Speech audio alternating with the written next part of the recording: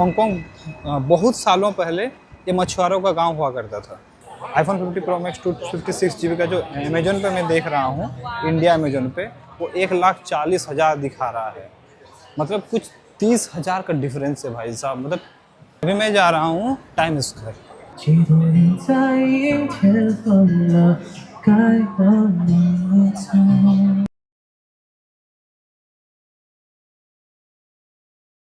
Good evening, good evening दोस्तों, स्वागत है आपका नए व्लॉग में। और मैं अभी हूँ हांगकांग में। Check the mic and make sure it sound right, boys.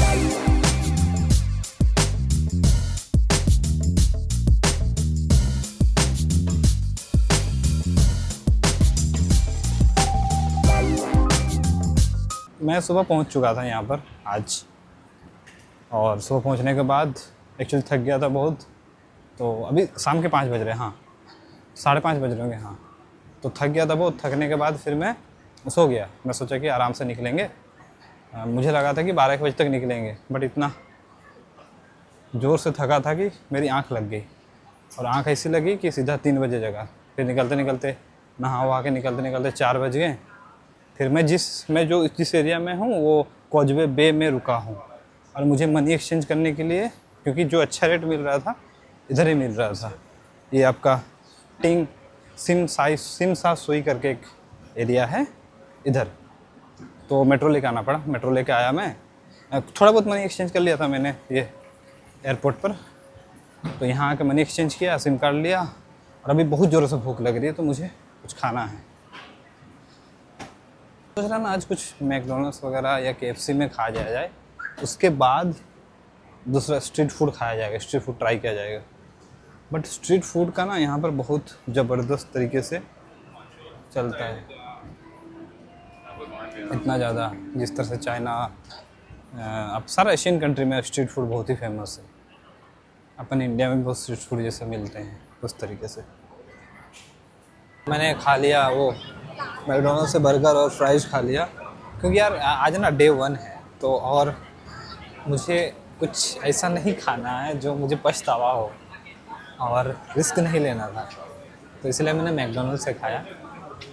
शाम हो चुकी है, और हांगकांग या लंदन या न्यूयॉर्क, जो भी शहरें हैं, जो बड़ी बड़ी शहरें हैं, बड़ी बड़ी बिल्डिंग्स वाली शहरें हैं, तो वहाँ पर शाम को ही मज़ा आता है। दिन से ज़्यादा शाम को मज़ा आता है, रात को, क्योंकि लाइट्स, बिल्डिंग्स, थोड़ा घूमते हैं, थोड़ा एक्सप्लोर करते हैं। तो हांगकांग के बारे में बता देता हूँ हांगकांग क्या है। तो हांगकांग, इसको कंट्री नहीं बोल सकते आप, ना ही इसको एक सिटी बोल सकते हैं, क्योंकि हांगकांग की में रूल्स अलग हैं, इसके लॉ अलग हैं। हांगकांग चाइना का एक एडमिनिस्ट्रेटिव रीजन है, ठीक है। हांगकांग बहुत सालों पहले ये मछुआरों का गांव हुआ करता था। तो हुआ ये कि ब्रिटिशर्स जब एशिया आए थे ना 18वीं सेंचुरी में, जैसे इंडिया में आए थे और भी बहुत सारे एशियन कंट्री में आए थे, तो उन्होंने क्या किया था कि अपना एक छत्र राज चाहते थे यार, मोनोपोली चाहते थे कि दुनिया में जहाँ भी अपना एशिया में पूरा अपना कब्जा हो। तो उन्होंने क्या किया कि इंडिया पे तो कब्जा कर ही लिया था, इंडिया पे तो 200 साल राज किया इन्होंने। तो जैसे कि इन्होंने बिजनेस करते थे, मसाले के बिजनेस करते थे चाइना से, सॉरी इंडिया से मसाला का बिजनेस करते थे। वैसे ही चाइना से ये लोग बिजनेस करते थे कॉटन और चाय का। तो ये लोग चाहते थे ना कि चाइना पूरा अपने साथ ही बिजनेस करे, मतलब ब्रिटिशर्स के साथ ही बिजनेस करे। तो इनका यहाँ पर मोनोपोली चलना चाहता है, और इस कंट्री को, स्टेट को एक अनस्टेबल स्टेट बनाना चाहते थे। तो इन्होंने क्या किया ना, ओपियम वॉर शुरू कर दिया। ओपियम वॉर क्या है? ओपियम मतलब अफीम, जो हम लोग हिंदी में अफीम बोलते हैं। तो इन्होंने इलीगल तरीके से दूसरा इंडिया से अफीम भेजना शुरू कर दिया चाइना में। अब वो मतलब इलीगल लोगों के थ्रू, अनऑथराइज लोगों के थ्रू, ताकि चाइना में अफीम आए और लोग नशे में, इतना अफीम के नशे में खो जाएं कि काम करना बंद कर दे, कुछ मतलब एक स्टेबल नहीं रहे कंट्री, ठीक है। तो फिर आने लगा फिर अफीम चाइना तक। चाइना में अफीम आते थे, इन्होंने अफीम, फिर चाइना ने ये जब तक रियलाइज़ किया कि यार ये ब्रिटिशर्स तो ऐसा कर रहे हैं, तो उन्होंने अफीम ओपियम वॉर शुरू कर दिया 1839 में। फिर ये 3 साल तक चला। तो फिर ब्रिटिश जीत गए इस ओपियम वॉर में, और उन्होंने हांगकांग को हथिया लिया। हांगकांग को अपना एक स्टेट बना लिया ब्रिटिशर्स ने हांगकांग को जीत के। तो फिर उसके बाद हांगकांग डेवलप होना स्टार्ट हुआ 1842 में। ब्रिटिशर्स ने इसको हथियाया, फिर हांगकांग डेवलप होना स्टार्ट हुआ। होते होते होते होते 1898 में एक मतलब चाइना के साथ इनका एक समझौता हुआ कि 99 ईयर्स के लिए ब्रिटिश हांगकांग को लीज पे लेगा। जो 99 ईयर्स का जो फिर जो 99 ईयर्स का जो लीज है ना, वो ख़त्म हुआ 1996 में। जो 1898 में जो लीज लिया गया था वो 1996 में ख़त्म हुआ वो लीज। फिर इस कंट्री को चाइना के हैंडओवर कर दिया गया। बट इसमें ट्विस्ट है कि चाइना इसको पूरा कंट्रोल नहीं कर पाता है। चाइना का एक पॉलिसी है वन कंट्री टू नेशन या ऐसे कुछ करके पॉलिसी है इनका। तो जिसके अंडर ये हांगकांग आता है, हांगकांग और मकाओ दो आता है। तो जिसमें कि सब कुछ चाइना भले ही इसका चाइना के अंडर आता है, बट इसके लॉ यहाँ पास नहीं होते। जिसके यहाँ के कानून, यहाँ का अलग पासपोर्ट लगता है, यहाँ का अलग वीज़ा लगता है, यहाँ पर रहने के लिए जो कानून हैं जो वो हांगकांग के खुद के हैं।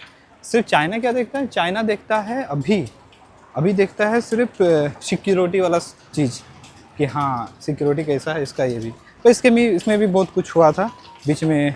हाँ, प्रोटेस्ट वगैरह हुआ था, वो मैं बताता हूँ।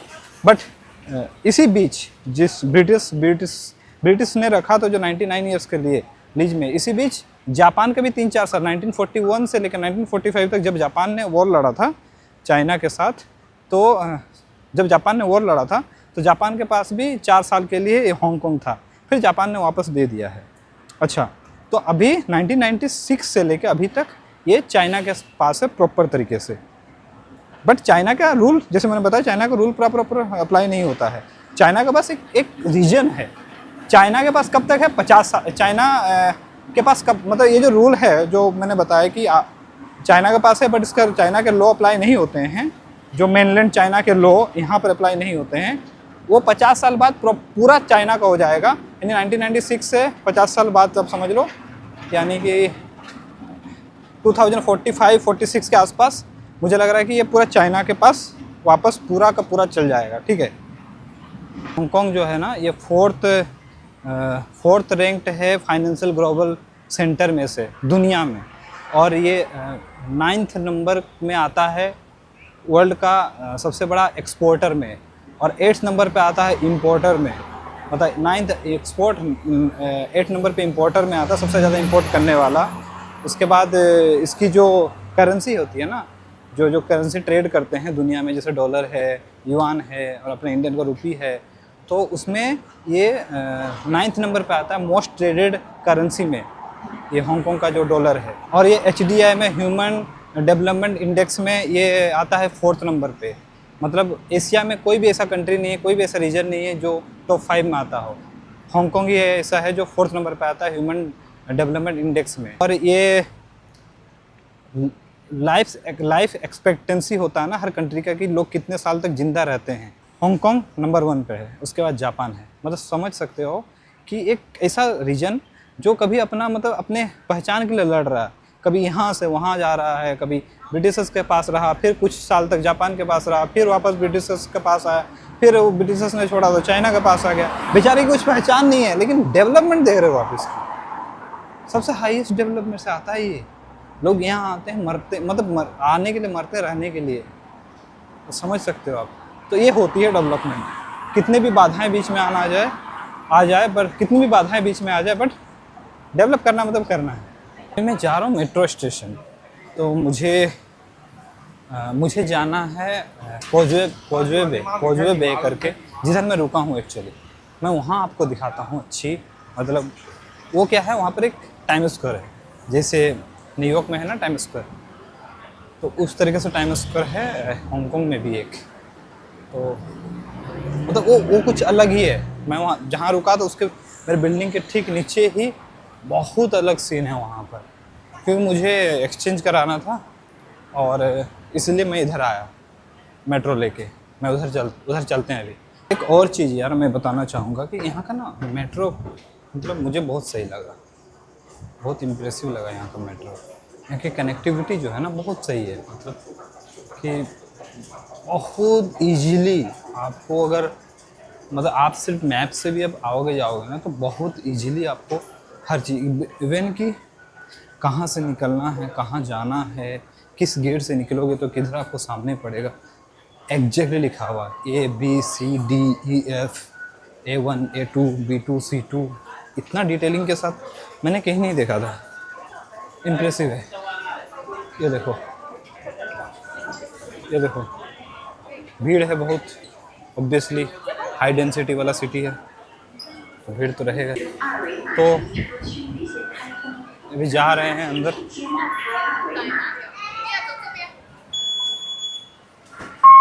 हाँ, तो ये कार्ड है ऑक्टोपस, इसको बोलते हैं ऑक्टोपस कार्ड, और इसको यूज करना पड़ता है, ठीक है, जाने के लिए, मतलब मेट्रो में जाने के लिए इसको, इस ऑक्टोपस कार्ड को।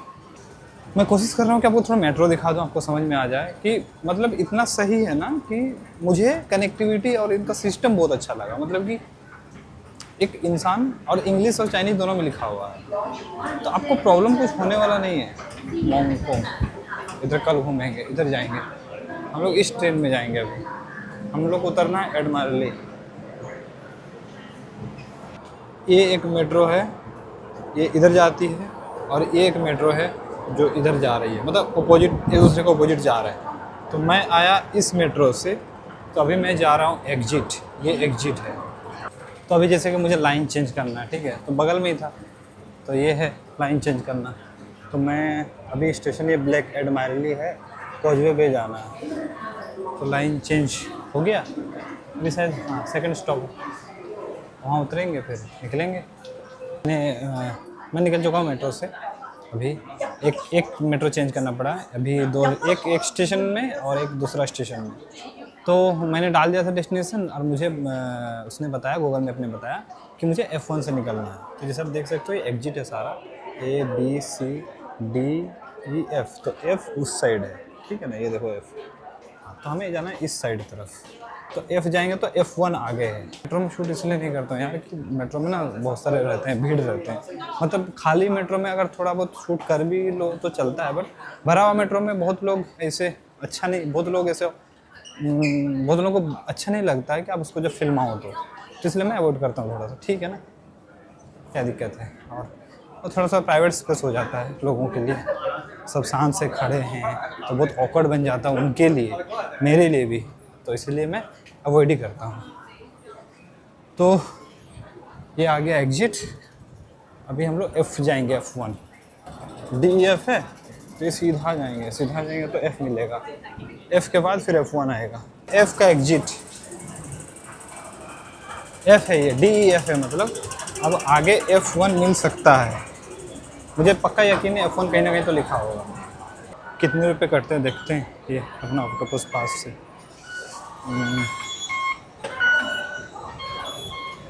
40 रुपये, 40 में 4.9, 50 रुपये, 50 रुपये कटे हैं। कार्ड लेना है ना, ये ऑक्टोपस कार्ड लेना है तो बेटर आपको 7-Eleven पे मिल जाएगा, बट बेटर है मैं बोलूँगा एयरपोर्ट पे लो, क्योंकि एयरपोर्ट पे अगर आप लेते हो तो आप जब कार्ड रिटर्न करते हो तो आपको $40 जो है हांगकॉन्ग डॉलर वो वापस मिल जाता है। तो बेस्ट है कि आप एयरपोर्ट पे ले लो या मेट्रो स्टेशन पे ले लो। ये देखो F, अपन जाएंगे अभी F, अभी तक F ख़त्म ही नहीं हुआ यार, कितना लंबा चलना पड़ा। बताया था कि F, ये F1 इधर है और F2 इधर है, देखो F1 F2, तो अपन जाएंगे F1, ये है ऊपर। निकल चुका हूँ F1 से बाहर, और जैसे बाहर निकला देखो चैनल का शोरूम है, इधर सोगो है। ये जो इलाका है ना, ये बहुत ही पॉश इलाका है हांगकॉन्ग का। यहाँ पर टाइम स्क्वायर जैसा माहौल रहता है, देखो अब देख सकते हो लोग कैसे आ रहे जा रहे हैं, घूम रहे फिर रहे हैं। लग रहा है ना जापानीज, जो जापान में एक स्ट्रीट है ना जहाँ पर लोग सड़क पार करते हैं, जेब्रा क्रॉसिंग है, तो ऐसे ही लग रहा है। अभी मैं जा रहा हूँ टाइम स्क्वायर, जो यहाँ का टाइम स्क्वायर है वहाँ जा रहा हूँ। मतलब बहुत सुना है इसके बारे में, देख लेते हैं कि क्या है, क्या स्पेशल इस टाइम स्क्वायर में। बस 2 मिनट का रास्ता और है, फिर पहुंच जाएंगे। बट बहुत ही सही स्ट्रीट है, बहुत बिजी जगह है, मतलब बहुत ज़्यादा बिजी है। भीड़ देखो आप, भीड़ देखो आप।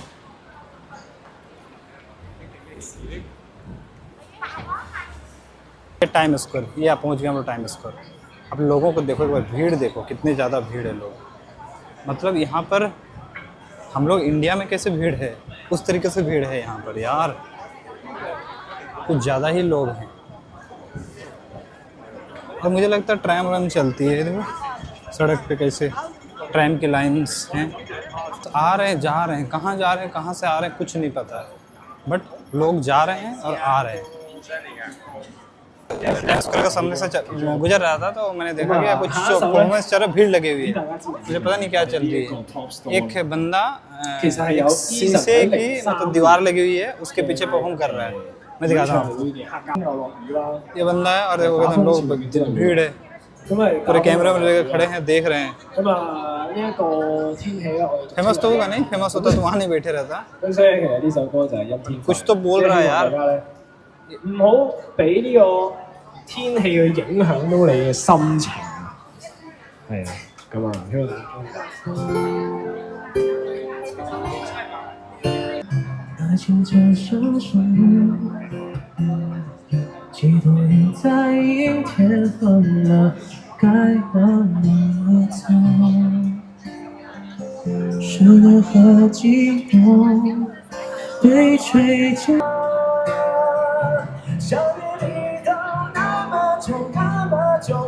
कुछ से मैं इधर आ गया अपने जहाँ हॉस्टल के सामने, तो टाइम स्क्वायर से थोड़ा इधर आ गया मैं।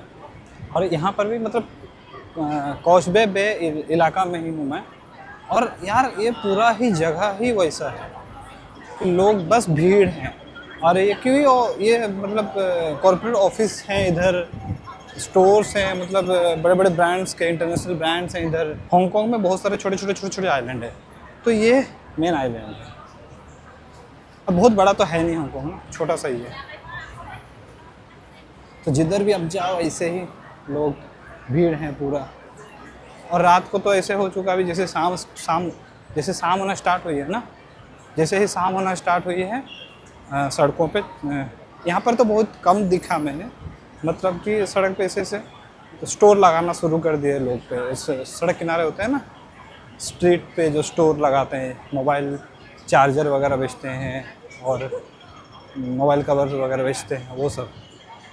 और खाने फूड, छोटे छोटे फूड के स्टॉल्स जो बहुत अच्छा खाना ये लोग दे रहे हैं, क्लीन है पूरा। तो ना मुझे चलते चलते एप्पल स्टोर दिखा, एप्पल स्टोर दिखा यहाँ पर, एकदम बगल में है, मैं जहाँ रुका हूँ उसके बगल में। तो मैं सोच रहा हूँ कि घुस लेते हैं, देखते हैं क्या सीन है। वो ये एप्पल स्टोर है।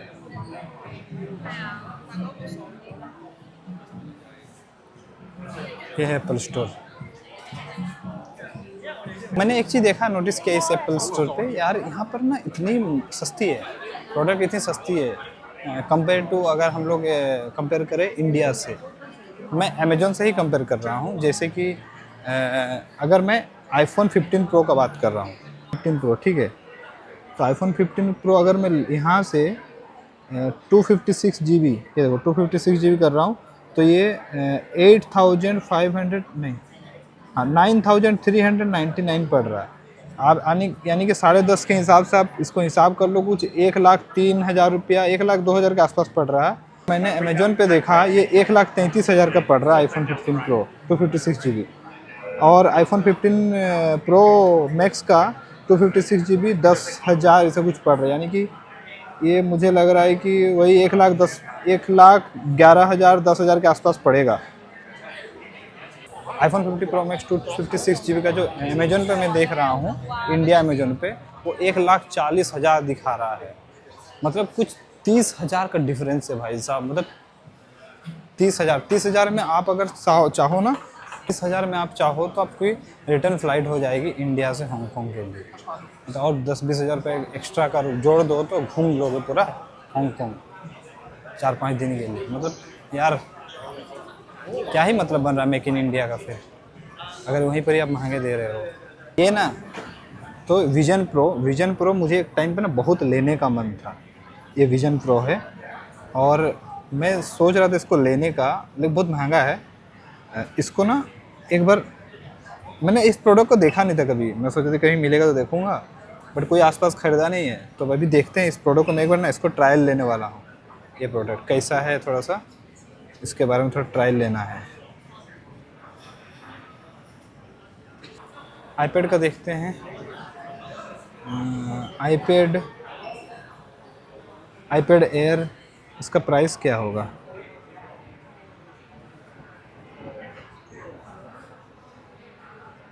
$256 ये आपका 5,399 यानी कि 57-56 के आसपास आएगा ये आपको। आईपैड एयर 11 इंच का और आईपैड एयर 13 इंच का ये आपको पड़ जाएगा। आप कंपेयर कर लो इंडिया में कितना है, मुझे नहीं पता इसका, मैं यहाँ का बता दे रहा हूँ। 7,000 यानी कि 7,099 यानी कि 75-76 के आसपास आएगा ये आईपैड एयर 256 GB। 128 GB आपका आएगा 6,299। 10.5 से इसको ये कर लो यानी कि 65 के आसपास आएगा। तो जो भी है बहुत कम होगा आपको यहाँ के प्राइस से। इंडिया का प्राइस आपको कम ही मिल जाएगा। मैकबुक प्रो अगर आप लेते हो 14 इंच का 15,999 यानी कि 1,60,000 1,70,000 के आसपास आएगा। 1,70,000 ये M3 प्रो है, M3 का है, M3 चिप है, ठीक है। और मैकबुक एयर अगर ये छोटा लेते हो ये 8,099 यानी कि ये भी M3 का है, एयर 13 है। और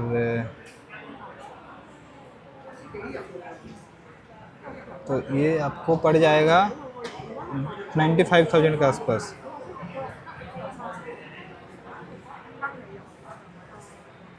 95, हाँ ये देखो 16 GB रैम है, 8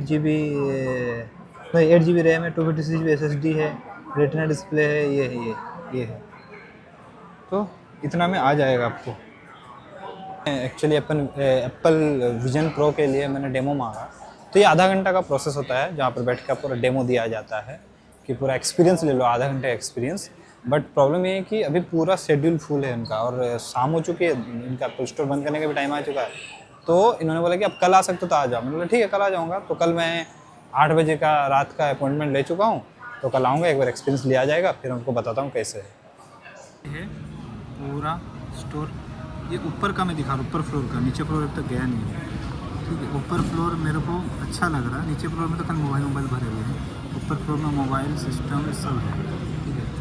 ये ऊपर फ्लोर है, ग्राउंड फ्लोर का है, ये ग्राउंड फ्लोर का है। जो मैं ऊपर था ये सेकंड फ्लोर था, ये ग्राउंड फ्लोर है। यहाँ पर थोड़ा ज़्यादा भीड़ है, यहाँ पर सारा प्रोडक्ट है, यहाँ पर भी सारा प्रोडक्ट है, बट ऊपर में थोड़ा कम भीड़ है और अच्छा है। मुझे ऊपर अच्छा लगा, शांति सुकून से आपको टाइम दे रहे हैं सब लोग।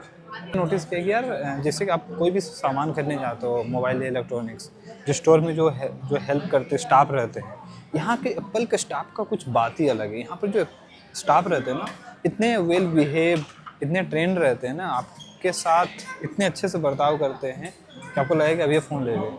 मुझे लगता है कि इनको स्पेशली ट्रेन किया जाता है, तो जो कि बहुत अच्छी बात है। हर जगह ऐसे नहीं होता, बिल्कुल भी नहीं होता है। एप्पल की बात ही कुछ होगी, इसलिए एप्पल है यार वो।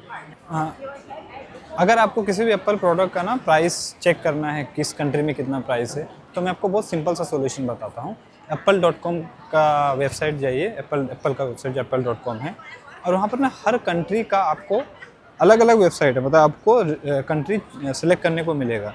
जैसे इंडिया है, हांगकांग है, तो ऐसे आप कंट्री सेलेक्ट कीजिए और आप वहाँ पर प्राइस कंपेयर कर सकते हैं कि इंडिया में कितना प्राइस है, हांगकांग में कितना प्राइस है, दुबई में कितना प्राइस है। जहाँ जहाँ भी एप्पल स्टोर है वहाँ पर उसकी वेबसाइट है। अच्छा, और दूसरी बात है कि मैं एक चीज़ बोलना चाहूँगा, लोग बोलते हैं कि दुबई जाओ एप्पल का प्रोडक्ट खरीदो, इंडिया से बहुत सस्ता दुबई में है। बट मैं आपको एक चीज़ बताना चाहता हूँ कि दुबई से कहीं ज़्यादा बेटर हांगकांग आना होगा आपको अगर एप्पल प्रोडक्ट खरीदना है। उसका रीज़न क्या है बताता हूँ। क्योंकि इंडिया से दुबई अब जब कोई इंसान जाता है तो एक तो इंडिया से दुबई जाने का के लिए आपको वीज़ा की ज़रूरत पड़ता है, जबकि हांगकांग में वीज़ा की ज़रूरत नहीं पड़ता है। ठीक है, हांगकांग में एक फॉर्म आता है, फॉर्म भरो, आपको कोई कॉस्ट नहीं, वीज़ा का कॉस्ट नहीं है, फ्री है, आपको बस फ़्लाइट का टिकट लगेगा। और जैसे कि अगर आप इंडिया में कहीं भी रहते हो तो दिल्ली, कोलकाता, मुंबई, ये जो 3-4 सिटी है, बड़े बड़े सिटी, वहाँ से आपको हांगकांग का जो रिटर्न फ़्लाइट है ना, मुझे जहाँ तक लगता है कि 28 से 30 हज़ार रुपये के अंदर आपको मिल जाएगा रिटर्न फ़्लाइट, वो भी। तो ये हो गया आपका काम, रिटर्न फ़्लाइट आपको 15 से 30 हज़ार रुपये मिल गया खाली। उसके बाद सॉरी बोला बहुत, हाँ, रिटर्न फ़्लाइट आपको 30 हज़ार रुपये मिल गया। उसके बाद क्या करना है आपको, उसके बाद आपको अगर 4 से 5 दिन का अगर आप ट्रिप करते हो हांगकांग, 4 दिन का भी ट्रिप करते हो, 4 दिन काफ़ी है हांगकांग घूमने के लिए, आपको 20 हज़ार रुपये एक्स्ट्रा लगेगा। 20 हज़ार रुपये के अंदर अगर थोड़ा सा कंजूसी करके घूमोगे तो घूम लोगे। ऐसे तो घूमने के लिए कितना है पैसा लेके आओ, कम ही पड़ेगा, बट 20 हज़ार रुपये में हो जाएगा। तो ये आपका हो गया 30-50 हज़ार रुपये में, इतना ही लगेगा बस आपको। 30 हज़ार रुपया आप कोई भी अगर आईफोन का प्रो मॉडल लेते हो या प्रो मैक्स मॉडल लेते हो तो आपको 30,000 रुपया तो बचना ही बचना है। एप्पल स्टोर में अगर खरीदते हो तो 30 हज़ार बचेगा, अगर आप जाके बाहर जाके नॉर्मल स्टोर में खरीदते हो तो 40 तक भी बच सकता है आपका। तो आपको तो ऐसे पैसा बच रहा है, तो ये आपका हो गया काम। ठीक है, तो मैक्स टू मैक्स आपको 10 हज़ार रुपये खर्चा करना पड़ेगा। बट सेम चीज़ अगर दुबई जाते हो तो आपको 5 से 7 हज़ार रुपये आपको वीज़ा में खर्चा करना पड़ेगा। ठीक है, डिपेंड करता है कि आप अप्लाई करते हो, एजेंट से अप्लाई करवाते हो, तो ये खर्चा आपको लग जाएगा। तो फिर उसके बाद क्या होगा, फिर आपको आने जाने का फ़्लाइट और ये सब चीज़ लगेगा। थोड़ा कॉस्टली है फ़्लाइट भी, थोड़ा इंडिया से कॉस्टली है हांगकांग, सॉरी दुबई का कॉस्टली है फ़्लाइट हांगकांग से। तो इसलिए मुझे लगता है कि हांगकांग बेटर जगह है। यार मुझे ना बहुत ज़ोरों की लग रही है भूख, तो कुछ खाते हैं। अभी रात हो चुकी है, 9 बज चुके हैं, कुछ खाया पिया जाए। फिर आज ऐसे भी मतलब टायर्ड तो नहीं हूँ, सोया हुआ था मैं, तो टायर्ड नहीं हूँ। लग रहा था बहुत ज़ोरों से, मुझे समझ नहीं आता क्या खाऊँ, क्योंकि चाइनीज़ खाना खाने का मन नहीं कर रहा था। ऑक्टोपस बेच रहे हैं, कुछ भी बेच रहे हैं, रावण है क्या भाई, कुछ भी बेच रहे हैं। तो मैंने बगल में एक स्टोर था जहाँ पर कुछ राइस वाइस दे रहा था, मैं सोचा राइस खा लेते हैं, बट वो राइस भी कैसे था, वो चाइनीज़ टाइप से राइस था। मुझे था राइस और करी खाना था, साथ में चिकन खाना था, बट वो ख़त्म हो चुका था। स्पेगेटी के लिए ढूंढा, स्पेगेटी भी ख़त्म हो गया था, अच्छा लग रहा था स्पेगेटी, तो मैंने फिर ये मंगाया। ये मशरूम राइस है, चिकन है और जो भी है ये, और ये कोल्ड ड्रिंक है, और ज़्यादा ही कोल्ड ड्रिंक हो गया यार।